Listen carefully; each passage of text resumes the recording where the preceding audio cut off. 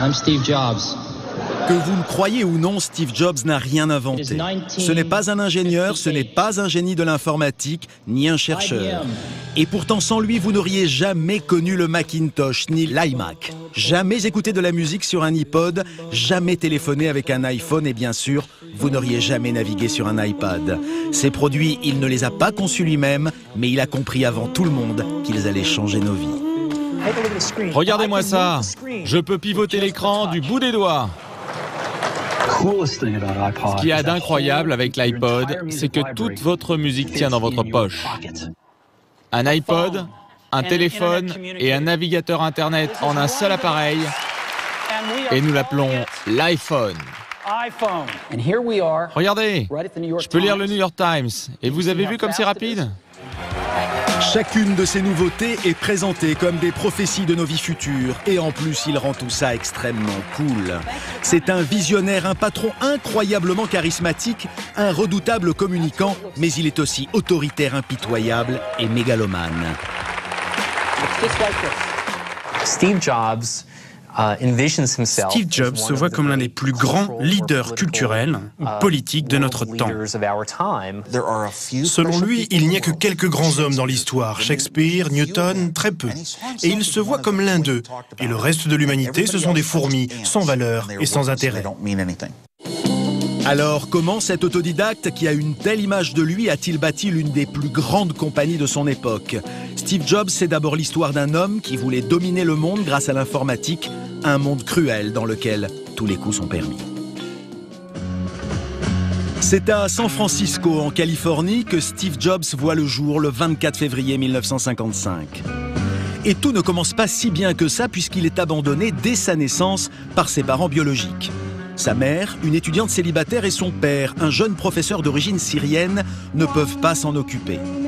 On le confie alors à une famille, Paul et Clara Jobs, un couple très middle class qui n'a pas fait beaucoup d'études. Mais les Jobs s'engagent à faire tous les sacrifices pour envoyer Steve à l'université.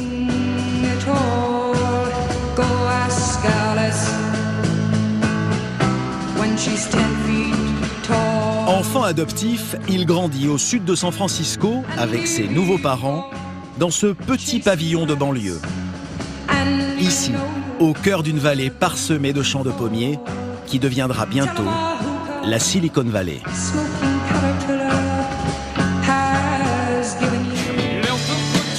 Mais nous n'en sommes pas encore là. L'informatique n'en est qu'à ses débuts. À l'école, Steve n'est pas un bon élève, il s'ennuie. Il y a quand même un domaine qui l'intéresse, l'électronique, mais c'est loin d'être un génie. C'était un amateur, un bricoleur du dimanche dans l'électronique, mais il n'était pas vraiment doué.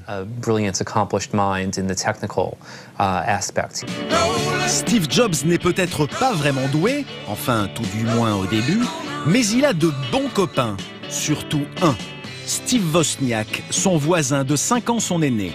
Tous deux partagent la même passion pour l'électronique, à une différence près, Steve Wozniak, lui, est nettement plus calé. Dans un quartier cossu de Los Gatos, en Californie, nous avons retrouvé chez lui Steve Wozniak, le complice de l'époque. Il se souvient que plus jeune, il consacrait tout son temps libre à bricoler, à imaginer toutes sortes de systèmes électroniques et que ça lui réussissait plutôt bien. J'étais génial, vraiment génial. Pendant des années, j'ai trouvé des solutions dingues dans ma tête. C'est difficile à croire tout ce que j'ai fait, ou même d'expliquer comment je l'ai fait. En fait, j'ai essayé pendant des années de toujours me dépasser, et ce sans jamais lire le moindre bouquin. Ces prouesses du passé, Steve Wozniak n'en revient toujours pas lui-même. Il faut dire qu'il y a de quoi. C'était un génie, très précoce. À 3 ans, il sait déjà lire. À 7 ans, il fabrique de ses mains sa propre radio. À 13 ans, l'électronique n'est déjà plus un secret pour lui. L'adolescent enchaîne les inventions. Sa plus étonnante, c'est la Blue Box, la boîte bleue, le premier téléphone qui permet de passer des coups de fil illimités partout dans le monde sans rien payer. Vous émettiez certaines tonalités particulières de votre téléphone et alors il vous connectait à n'importe quelle ligne téléphonique dans le monde et tout ça sans facture. Le procédé fonctionne parfaitement, mais c'est illégal. Il ne peut donc rien en faire. Ce n'est que quelques années plus tard que Steve Wozniak va inventer la machine du futur. Oui, la voici. Cette caisse en bois, fabriquée avec les moyens du bord, on dirait un jouet. C'est pourtant le premier ordinateur personnel de l'histoire. L'aspect est rustique, d'accord, mais c'est révolutionnaire. Nous sommes en 1976 et à l'époque, les ordinateurs ressemblent encore à ça. D'énormes machines qui remplissent des salles entières. Pas de clavier ni d'écran. On est loin de notre ordinateur d'aujourd'hui. Comparé à ces monstres, la petite machine de Steve Wozniak est une avancée spectaculaire. Mais comme d'habitude, il ne réalise pas la portée de son invention. Jusqu'au jour où il la montre à ses amis et notamment à Steve Jobs. Sur une table, j'ai installé un écran et mon nouveau prototype d'ordinateur pour impressionner mes amis. Tout le monde s'est installé autour, franchement bluffé qu'avec si peu de pièces, j'ai réussi à créer un ordinateur. Pour Steve Jobs, c'est une révélation. Il n'a dès lors qu'une idée en tête, commercialiser cet ordinateur. Steve Wozniak se souvient que son jeune ami, qui n'a alors que 21 ans, se révèle particulièrement déterminé. Steve voulait vraiment le vendre. Moi, je n'y avais jamais pensé. Je lui ai répondu, et si on perd de l'argent? Steve m'a dit, ce n'est pas grave, on aura au moins créé notre boîte. Et Steve a même déjà pensé aux détails qui allaient faire la différence. Et il a tout de suite trouvé le nom d'Apple. Quel nom magique. Apple, pomme en français. Mais d'où lui vient cette étrange idée? D'abord, Steve a été très marqué par le mouvement hippie et aussi par un voyage initiatique en Inde. Au début des années 70, il adhère aux idéaux de cette génération qui rêve de changer le monde. Mouvement contestataire, musique, drogue, Steve expérimente tout. Et à cette époque, le grand trip, c'est de se retrouver en bande dans une ferme communautaire et de manger des pommes. Dan Kotke s'en souvient très bien. Steve, ma copine et moi, et d'autres amis, on a passé beaucoup de temps dans cette ferme. C'était une ferme de pommiers et on récoltait des pommes. On était des végétariens radicaux à l'époque. On mangeait uniquement des pommes. Inspiré par le mouvement hippie et aussi en hommage à Newton, qui a découvert les lois de la gravité après avoir reçu une pomme sur la tête, Steve choisit comme logo cette pomme. Le petit morceau croqué à droite, c'est pour éviter qu'on ne la confonde avec une tomate. Le jeune patron hippie doit maintenant trouver des clients intéressés par cet ordinateur révolutionnaire, baptisé Apple I. Très vite, il obtient une première commande, 100 appareils, au Byte Shop, l'un des premiers magasins spécialisés en informatique qui vient juste de s'installer dans la Silicon Valley, à côté de chez lui. Ce jour-là, selon Owen Linsmeyer, Steve Jobs démontre des talents de vendeur hors pair malgré un look très babacool. Imaginez un jeune hippie barbu avec un short, des sandales, qui espère récupérer des dizaines de milliers de dollars pour des ordinateurs pas encore construits sur un marché inexistant. À l'époque, il n'y avait pas de marché de micro-ordinateurs. Seulement ces deux mecs avec des rêves plein la tête dans un garage. Et lorsque Steve annonce à son associé sa première vente d'ordinateur, celui-ci n'en revient pas, d'autant qu'ils n'en ont pas encore construit un seul. Quand Steve a décroché une commande pour 100 ordinateurs à $500 pièce, ça faisait 50 000 $ de commande. C'était le double de mon salaire annuel. Un chiffre énorme, un vrai choc financier. Les premiers 50 000 $ dans les caisses restent tout de même à fabriquer les ordinateurs. Et là, c'est le système D. Le copain des années hippies, Dan Kotke, est aussitôt embauché. Il devient le premier employé d'Apple. 29 ans plus tard, il nous emmène sur son premier lieu de travail. Nous sommes à Cupertino. Nous sommes presque arrivés là. Et ça valait le déplacement. L'une des plus grandes compagnies du monde a commencé ici, dans la maison des parents de Steve Jobs, donc chez papa-maman. Voilà où j'ai passé tout l'été 76. Apple a commencé dans la chambre de la sœur de Jobs, puis on a déménagé dans le salon. En fait, on fabriquait les Apple I sur la table du salon avant de s'installer dans le garage. Dan va travailler plusieurs mois dans ce garage, devenu depuis un lieu mythique de l'Amérique. Dan n'est pas bricoleur, encore moins spécialiste en informatique. Jobs non plus, il l'a juste engagé pour faire des soudures, payé $3,25 de l'heure. Plutôt un bon salaire à l'époque pour un simple technicien. À l'époque, je ne connaissais rien dans l'informatique. Je donnais juste un coup de main. Par contre, les deux Steve avaient un plan précis. Je ne comprenais rien de leur projet, je cherchais juste à les aider. Une entreprise qui bricole dans un garage, des dirigeants aux dégaines de hippies. Les premiers pas de la société Apple sont plutôt folkloriques. Mais leur ordinateur Apple I rencontre un vrai succès d'estime. En quelques mois, il s'en vend plus de 200 exemplaires. Pas si mal pour un appareil accessible alors aux seuls mordus d'informatique. Son aspect est plutôt sommaire. L'Apple est même vendu sans écran, c'est dire. Ses utilisateurs doivent se débrouiller tout seuls pour le raccorder à une télé. Et pour le faire marcher, de vraies compétences d'informaticiens et de bricoleurs s'avèrent obligatoires. On ne peut pas dire que l'Apple I était totalement un ordinateur personnel, car il fallait s'y connaître en informatique pour l'acheter. Il fallait savoir connecter des fils selon des plans, savoir le connecter à un écran ou à votre propre téléviseur, et savoir raccorder le tout à une alimentation électrique. Bref, il fallait être pas mal calé en informatique pour pouvoir le faire fonctionner. Steve Jobs comprend vite que cette clientèle d'accros d'initiés est trop limitée. Son ambition, vendre des micro-ordinateurs au grand public. Alors il va demander à Wozniak de perfectionner son invention pour la rendre accessible à tous.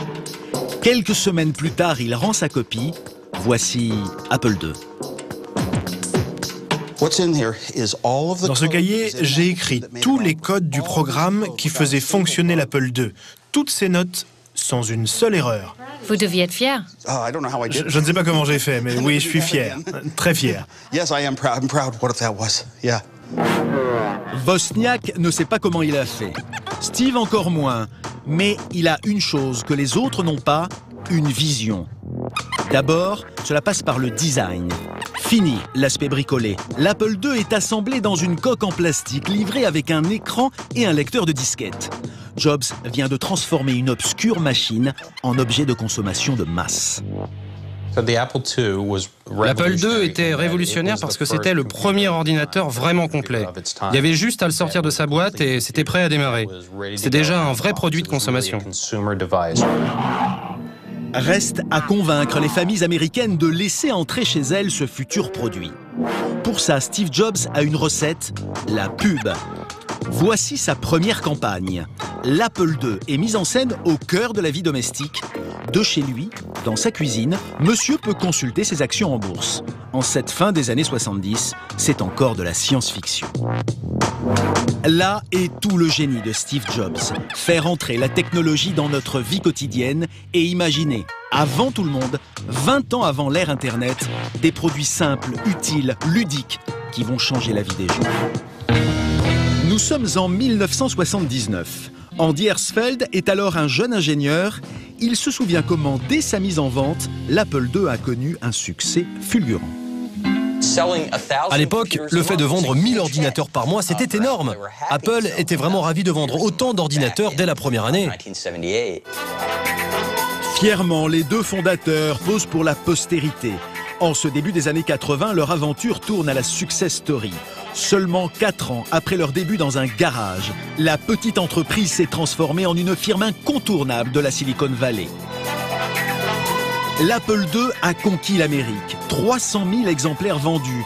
Il équipe même les écoles. C'est sur un Apple II que les jeunes Américains apprennent l'informatique. Fin 80, la jeune société entre en bourse. Et c'est un raz-de-marée. Près de 5 millions d'actions Apple s'arrachent en quelques minutes. La valeur de la société bondit de 32% dès le premier jour.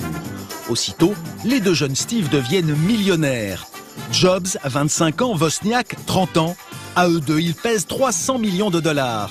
Forcément, leur train de vie explose. Et voici la Porsche de Wozniak, immatriculée Apple II. Je pensais que je n'aurais jamais l'argent pour acheter une maison ou pour passer des vacances agréables à Hawaï. J'en étais vraiment persuadé. Et puis, du jour au lendemain, j'ai eu carrément tout. Oui, c'était vraiment un sentiment très agréable. Mais progressivement, le génial inventeur s'écarte de l'entreprise, car il préfère se consacrer à ses passions, bricoler de drôles d'inventions ou même organiser de grands concerts de musique folk. Et puis, pas simple d'avoir pour associé Steve Jobs, qui n'en a jamais assez et qui veut tout contrôler, absolument tout. Pour Jobs, l'aventure ne fait que commencer. Le jeune patron de cette première start-up de l'histoire devient le chouchou des médias. Icône d'une nouvelle génération, il fait la une des plus grands magazines. Présenté en gourou de la Silicon Valley, il fascine jusque de l'autre côté de l'Atlantique. Voici comment la télé française le présente au début des années 80. L'exemple à suivre, le but à atteindre ici, c'est l'employé qui devient millionnaire en créant sa propre entreprise. C'est justement le cas de Steve Jobs, inventeur des micro-ordinateurs Apple. Il fait la une de Time Magazine à l'âge de 27 ans. Il pèse déjà des centaines de milliers de dollars et il devient un vrai héros de notre culture contemporaine. Steve Jobs, qui déjà ne brillait pas par sa modestie, va devenir complètement mégalo. Ce qu'il souhaite maintenant, c'est devenir le leader incontesté du monde informatique. Rien que ça. Nous sommes en 1981. IBM domine le secteur. C'est même à l'époque l'une des plus grosses multinationales de la planète. Avec plus de 350 000 employés, elle fabrique la plupart des gros systèmes informatiques. Et cette année-là, IBM décide de s'attaquer à son tour au marché des micro-ordinateurs en lançant l'IBM PC, largement inspiré de l'Apple II. Ce concurrent poids lourd va-t-il ébranler la nouvelle suprématie d'Apple? La réponse de Jobs et de ses équipes est sans appel. Ils ne croient pas une seconde à l'avenir du PC. Et ils ont même voulu fêter ça au jus de fruits. On s'est précipité pour l'acheter, et puis on l'a démonté. Et on était morts de rire à quel point c'était nul. Au départ, les gens d'Apple, quand ils ont découvert le PC, ils ont trouvé que c'était de la merde. Il ne permettait de rien faire d'intéressant, son graphisme était moins bien, il n'avait pas de bon logiciel. En fait, pour eux, c'était vraiment qu'une grosse boîte très moche. Steve Jobs a beau mépriser le PC, celui-ci se vend bien. Il grignote même des parts de marché à l'Apple II, une réussite qui tient alors en 3 lettres. Mais cette boîte pas très belle avait les lettres IBM écrites dessus. Et pour beaucoup de monde à l'époque, IBM c'était la valeur sûre. Et ils voulaient tous acheter du IBM à tout prix, quelle que soit la qualité de la concurrence. Touché dans son orgueil, Steve Jobs réagit. Convaincu de sa supériorité, il veut écraser IBM. Cela devient une obsession. Et pour mener cette guerre, il va d'abord recruter un businessman, et pas n'importe lequel. John Sculley, le président de Pepsi-Cola. L'homme s'est fait connaître en bousculant déjà un sacré concurrent, Coca-Cola. L'association des deux hommes est un événement. Business Week en fait même sa une. Leur plan pour s'attaquer à IBM. Steve Jobs ne doute de rien. Pour preuve, la manière dont il a convaincu Sculley de le rejoindre. Jobs a une phrase célèbre pour convaincre Sculley de le rejoindre à Apple. Il lui a demandé « Vous comptez vendre toute votre vie de l'eau sucrée ou vous voulez changer le monde avec moi ?» Changer le monde, voilà la mission de Steve Jobs. Et il va tout faire pour y arriver, qu'importe le prix à payer. Steve Jobs va maintenant se consacrer à la réalisation d'un grand projet, un ordinateur si avant-gardiste qu'il surpassera définitivement IBM. Son nom, le Macintosh. Pour le concevoir, il exige un dévouement total de la part de ses équipes. Ses ingénieurs doivent se plier à tous les sacrifices. Andy Hertzfeld n'en a pas gardé que des bons souvenirs. Steve m'a dit « J'ai une bonne nouvelle pour toi. Tu travailles sur le Mac maintenant. » J'ai dit « Génial. Donne-moi juste la journée pour terminer ce projet sur l'Apple II. » Il a répondu « Quoi? Quel projet? Qu'est-ce qui peut être plus important que le Mac ?» Je lui ai expliqué mon projet et Steve a dit « Mais c'est nul. Ce projet-là va nulle part. Tu commences à travailler sur le Macintosh tout de suite. » Et puis il a carrément débranché mon ordinateur et j'ai donc perdu tout le travail que j'avais fait dans la journée. Et il ne s'est pas arrêté là. Il est parti avec avec mon Apple II sous le bras. Il poussait ses équipes jusqu'au bout. Il a même fait faire des t-shirts pour les gens qui travaillaient sur le Mac avec écrit dessus « 90 heures de travail par semaine » et j'adore ça. 90 heures de travail par semaine. Après 3 ans à ce rythme frénétique, le Macintosh est enfin prêt. Date de sortie prévue, janvier 1984. Mais 1984, c'est aussi le titre d'un roman de George Orwell, une œuvre d'anticipation qui dénonce une société totalitaire dominée par un dictateur, Big Brother. Steve Jobs veut s'en inspirer. Il fait alors appel à Ridley Scott pour tourner une pub. Voyons maintenant pourquoi 1984 ne sera pas 1984. Dans cette pub, on voit des hordes d'hommes tout gris qui marchent tels des machines, le regard complètement hagard, en direction d'un auditorium pour écouter le discours de Big Brother. En fait, dans la vision du monde d'Apple, Big Brother, c'est IBM. Et Apple tient le rôle du sauveur. Les esclaves du spot représentent donc tous les employés condamnés à utiliser des ordinateurs IBM dans leur entreprise. La jeune sportive rebelle représente évidemment le Macintosh.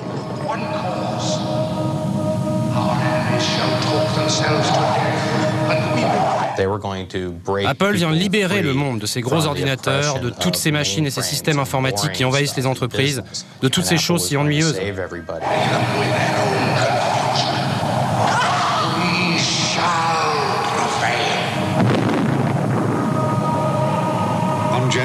Le 24 janvier, Apple va lancer le Macintosh. Vous verrez pourquoi 1984 ne ressemblera pas à 1984. Si le Macintosh n'apparaît pas dans cette pub, c'est parce que Steve Jobs veut se réserver ce privilège. Présenter lui-même son œuvre au monde entier. Andy se rappelle de ce fameux 24 janvier 1984, jour de la présentation du Macintosh. J'espère que l'on peut voir sur ces images le monde qu'il y avait. Les gens étaient fous de joie. Ce jour-là, Steve Jobs, devant une salle comble et en délire, organise son propre sacre. Vous venez de voir des images du Macintosh. Maintenant, j'aimerais que vous le voyiez en personne. Dans un show à l'américaine, tout à sa gloire et à celle de sa créature, il veut faire la démonstration de son avancée technologique. Permettre enfin d'humaniser les rapports avec l'ordinateur. Sur les écrans géants, on découvre l'animation et le graphisme. Pour la première fois, un ordinateur permet même de dessiner. Pour l'illustrer, un portrait de lui-même et encore plus mégalo que jamais, écoutez bien ce qu'il fait dire à sa machine. C'est avec beaucoup de fierté que je vous présente quelqu'un qui est comme un père pour moi, Steve Jobs. Steve Jobs a du mal à cacher son émotion, persuadé que son bébé va lui permettre d'écraser IBM et de devenir, bien sûr, le maître du monde. Vous avez vu là ? Oh, il est en train de pleurer. À 29 ans, Steve Jobs est au top de sa gloire. Le Mac et sa démonstration, c'est un coup de maître.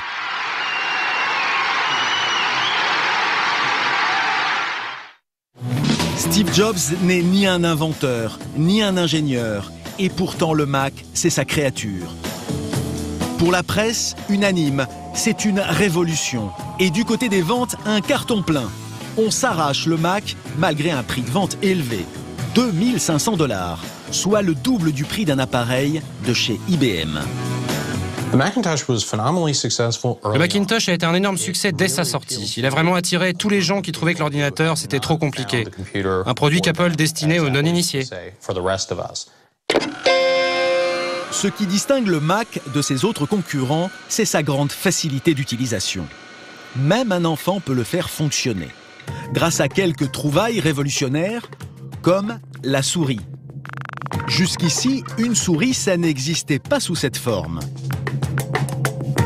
Idem pour les icônes, les menus ou les fenêtres. Ils font ici leur première apparition sur un écran d'ordinateur. Tout cela est possible grâce au cerveau du Macintosh, ce que l'on appelle le système d'exploitation. Il a 10 ans d'avance sur ses concurrents. Steve Jobs est persuadé d'être arrivé au sommet, seul, sans rival. Et pourtant, il y a un hic. Aveuglé par son combat contre IBM, il n'a pas vu qu'un autre danger le menace. Il s'appelle Bill Gates, un jeune crack de l'informatique. Il a le même âge que Steve, 29 ans, et comme lui, il a créé très jeune sa propre entreprise, Microsoft. Mais en 1984, année de l'explosion de l'Apple, ce n'est encore qu'une petite PME. Microsoft n'était pas encore la grosse multinationale qu'elle est aujourd'hui.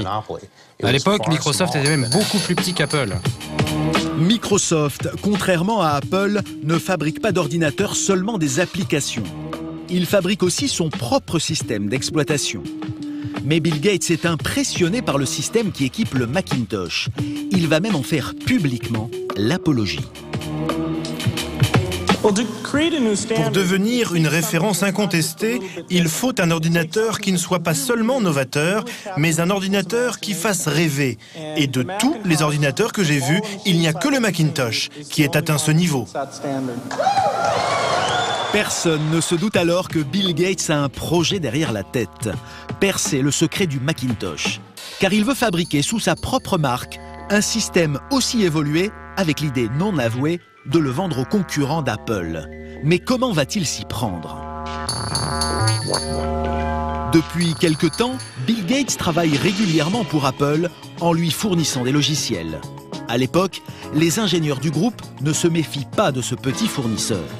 Celui-ci va en profiter pour discrètement s'informer sur le système Macintosh. Je me souviens la première fois que nous avons montré le Macintosh à Bill Gates. Eh bien, c'est comme si on lui montrait son propre avenir. Chez Apple, ils vont mettre du temps à réaliser. Pourtant, Bill Gates se montre de plus en plus curieux. Tout ce qui concerne le Macintosh le passionne. Il pose beaucoup de questions, trop de questions, à tel point qu'un jour, Steve Jobs le surprend en grande conversation avec Andy. J'étais sur le point de lui expliquer comment marchait la souris, et Steve a pressenti ce que j'allais dire. Et donc, il a hurlé « Ferme-la !» très fort. Et apparemment, il n'a pas dû voir que j'avais compris, et donc il l'a redit. « Ferme-la !» encore plus fort. Et tout le monde l'a regardé, du genre « message reçu ?» Steve Jobs a eu raison de s'inquiéter, mais c'est déjà trop tard, le mal est fait. Quelques mois plus tard, coup de tonnerre, les ordinateurs PC ont miraculeusement rattrapé une bonne partie de leur retard.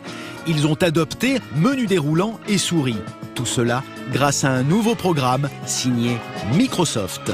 Bill Gates vient de sortir son propre système Windows, directement inspiré du cerveau du Macintosh. Quand Jobs s'en est rendu compte, j'étais dans le bureau avec lui. Et il a dit « Je veux voir Bill Gates dans mon bureau avant le coucher du soleil !» Parce qu'il voulait lui hurler dessus. Et quand Gates est arrivé face à lui dans son bureau, Jobs a hurlé « Tu as copié le Mac, tu nous as trahis. Comment peut-on continuer de travailler avec toi? Comment peut-on te faire confiance à nouveau ?» Et Steve, c'est pas facile de se battre avec lui. Il peut être très intimidant, voire agressif. Mais je me souviens que j'étais vraiment impressionné par la réaction de Gates. Il s'est pas laissé démonter, hein. Il se justifiait comme ça à peine. Bill Gates a réussi son coup. Très vite, Windows va équiper la plupart des ordinateurs de la planète à un prix défiant toute concurrence. Pour Apple, c'est la catastrophe. Les ventes du Mac s'effondrent en quelques semaines. Et l'étoile de Steve Jobs commence carrément à pâlir. Soudain, pour la première fois de son histoire, Apple était très inquiet pour son avenir, car plus personne n'achetait de Macintosh. Pour sortir de la crise, John Sculley, rappelez-vous, celui que Steve Jobs a fait venir 2 ans plus tôt, va prendre une mesure alors impensable, virer le père du Mac, le fondateur historique d'Apple. Pour Steve Jobs, la désillusion est cruelle, mise à la porte à 30 ans de sa propre entreprise. C'est impensable ce qui s'est passé. Personne à l'époque n'aurait pu le prévoir parce qu'il était l'âme d'Apple. Ça semblait vraiment n'avoir aucun sens. Je me suis retrouvé sur le pavé, viré avec pertes et fracas. La raison d'être de ma vie n'existait plus, j'étais en miettes.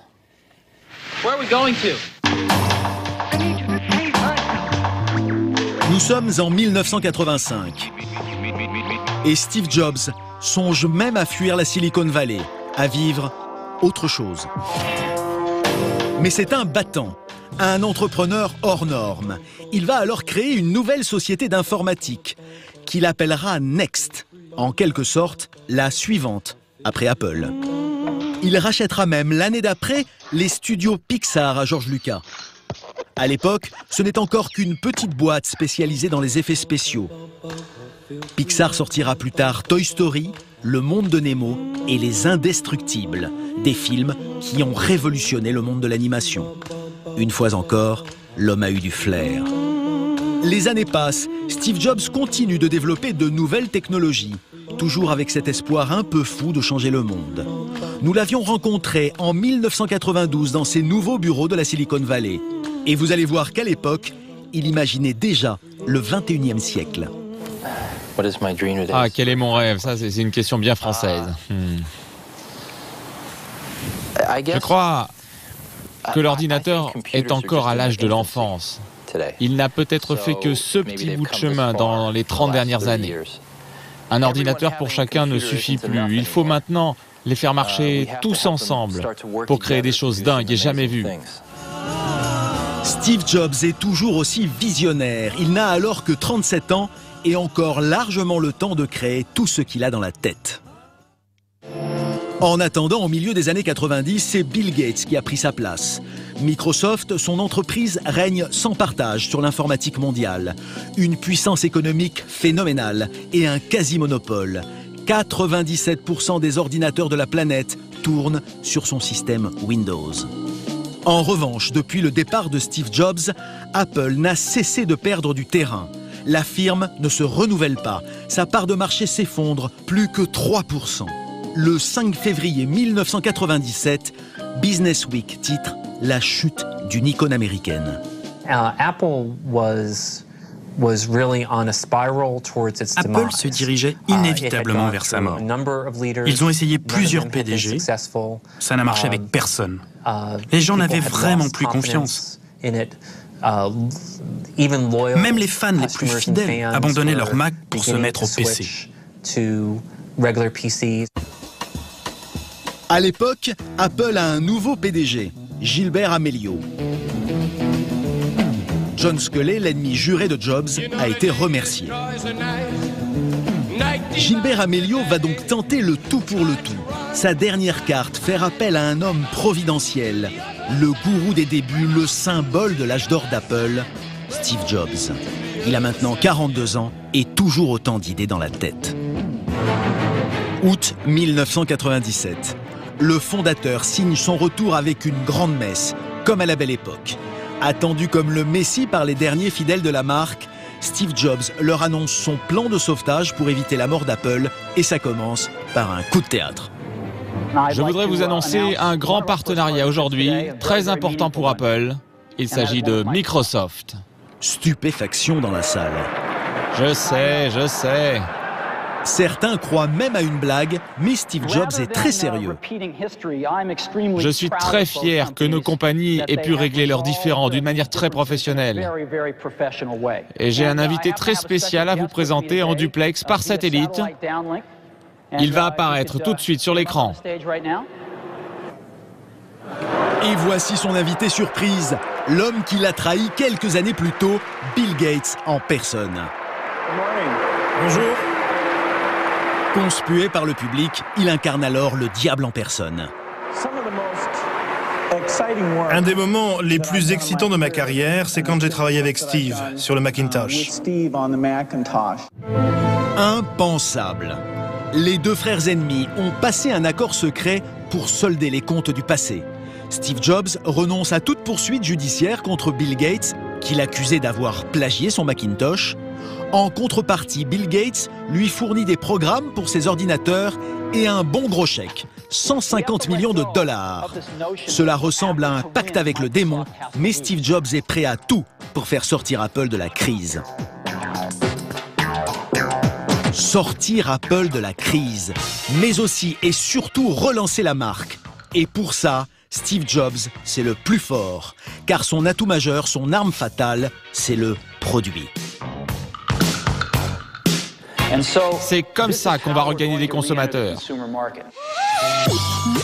On dirait de gros bonbons translucides et acidulés. Des couleurs vives pour réinventer le Macintosh qui était en perdition. Forcément, c'est beaucoup plus sexy que les PC austères et grisâtres. Techniquement, ce n'est pas mal non plus. Plus de tours, plus de lecteurs de disquettes, un modem interne, convivial, très simple à utiliser, même pour les enfants. Tout est dans l'écran et en plus, son prix est maintenant accessible, 1 300 $. Son nom, l'iMac. On veut être la compagnie qui fait les ordinateurs les meilleurs et les plus cool du monde. Le retour à la maison de Steve Jobs, l'enfant prodige, est un triomphe. Sa nouvelle créature, l'iMac, annonce le début de l'ère Internet et ses gros bonbons se vendent comme des petits pains. Apple a retrouvé ses couleurs.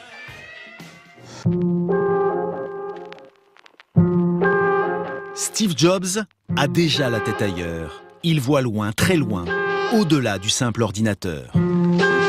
Après avoir démocratisé l'informatique, Apple se lance carrément sur le marché des loisirs et du grand public. Son nouveau terrain de jeu, la musique. Et pour l'écouter, un drôle de petit appareil, nous sommes le 23 octobre 2001. Le voilà cet appareil. Il s'appelle l'iPod. La chose la plus extraordinaire avec cet appareil, c'est que toute votre musique, toute votre discothèque peut tenir dans votre poche. C'était impossible avant. Après l'invention du Mac, c'est la deuxième grande révolution Apple. L'iPod, son petit baladeur numérique, devient un objet culte, un véritable phénomène culturel.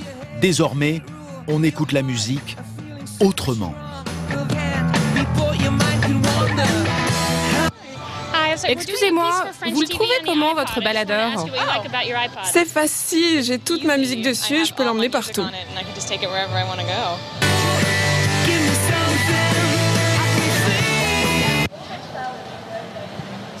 C'est génial, hein. C'est la meilleure invention jamais faite. Je l'adore. Le succès est planétaire. L'iPod va vite devenir le baladeur numérique le plus vendu au monde. Apple en a déjà écoulé 275 millions. Et avec l'iPod, il y a l'iTunes, l'application indissociable qui permet de gérer votre musique et à Steve Jobs de vous la vendre en ligne. Encore plus fort, c'est Apple qui impose les prix. 9,99 € l'album, 0,99 € la chanson. L'industrie de la musique se retrouve à ses pieds, comme nous le raconte Michel de Souza, l'ancien patron d'une grande maison de disques. La partie qu'on n'a pas maîtrisée, par exemple, c'est le prix public. C'est Apple qui a imposé ce fameux 9,99 pour les albums et 99 cents pour le titre. Devant notre incapacité à nous structurer et à faire une offre commune, Apple a imposé ce 0,99 et aujourd'hui c'est devenu le prix de référence du marché, quoi. En fait, tout le monde y gagne, car Apple reverse une partie de ses ventes en ligne aux maisons de disques. En moyenne, 60 centimes par chanson. Grâce à son catalogue, l'iTunes Store va vendre 50 millions de chansons par an un an après son lancement. 500 millions l'année suivante, plus de 10 milliards aujourd'hui. Et on n'a pas encore tout vu. D'autres révolutions sont déjà dans les tuyaux d'Apple. Mais une nouvelle, inattendue, va bouleverser le cours des choses. En juin 2004, Steve Jobs annonce qu'il souffre d'un cancer du pancréas. C'est une maladie très grave qui ne laisse guère d'espoir. Mais Jobs est un homme qui avance. Chaque jour qui passe devient pour lui un jour de plus à vivre. L'année suivante, le 12 juin 2005, il est fait docteur honoris causa par l'université de Stanford. Lui, l'autodidacte. Devant un auditoire fasciné, il évoque la mort et en fait une leçon de vie. Savoir que je peux mourir bientôt est ce que j'ai découvert de plus efficace pour m'aider à prendre des décisions importantes. Il leur conseille de ne pas passer à côté de leur vie et d'aller au bout de leurs rêves. Votre temps est limité, ne le gâchez pas en menant une existence qui n'est pas la vôtre. Ayez le courage de suivre votre cœur et votre intuition. Soyez insatiables, soyez fous. Merci à tous. Toute sa vie, Steve Jobs aura suivi ce précepte. Mais en ce 12 juin 2005, il sait que ses jours sont comptés. Alors, plus que jamais, il y a urgence. Il y a urgence, car l'œuvre du maître n'est pas encore tout à fait accomplie.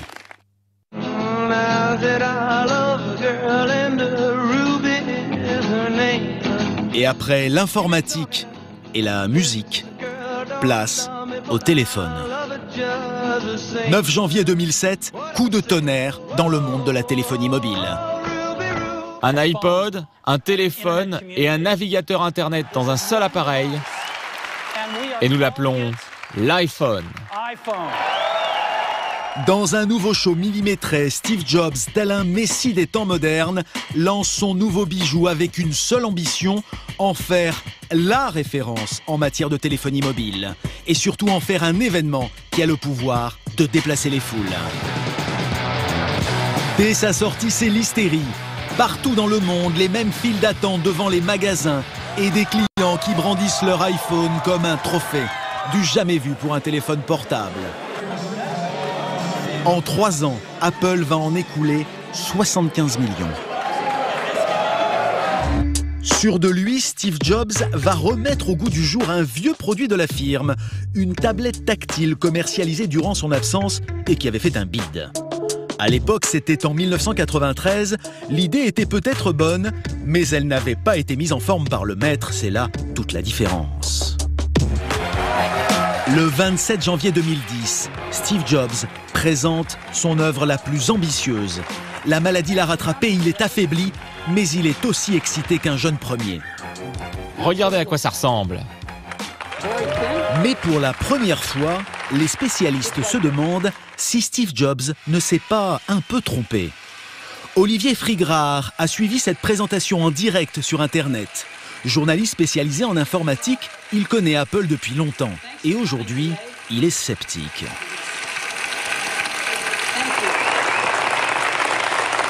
Pour une fois, Apple prenait des risques. Ces dernières années, ils n'ont pas pris de gros risques, puisqu'ils sont arrivés sur des marchés qui existaient déjà. Ils ont lancé l'iPod, c'était un baladeur, ils ne l'ont pas inventé.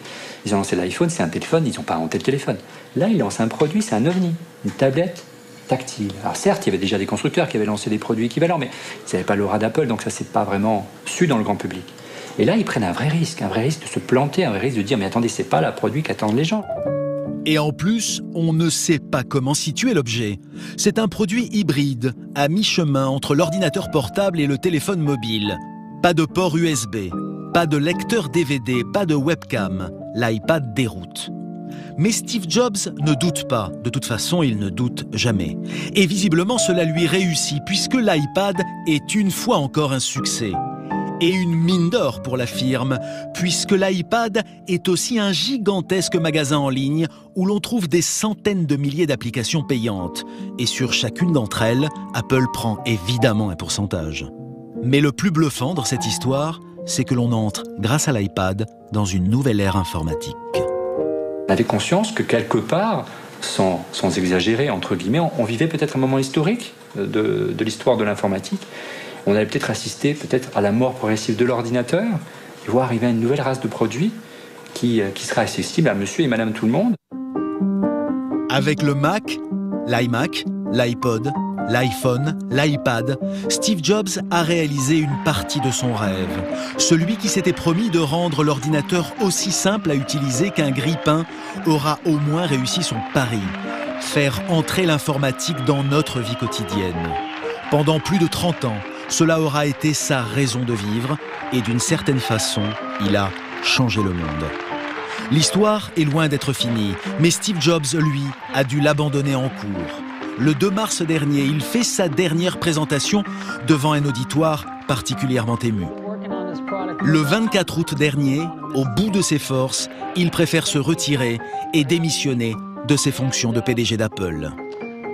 Avoir été pendant si longtemps confronté à la mort lui a fait vivre chaque jour comme si c'était le dernier.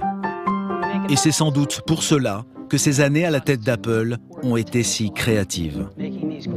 Il y a quelques jours, la mort l'a définitivement rattrapé. Apple, qui est aujourd'hui l'une des sociétés les plus riches du monde, est orpheline. Vous avez un immense champ de possibilités devant vous. Je vous encourage à les saisir. Vous ne le regretterez pas. Merci.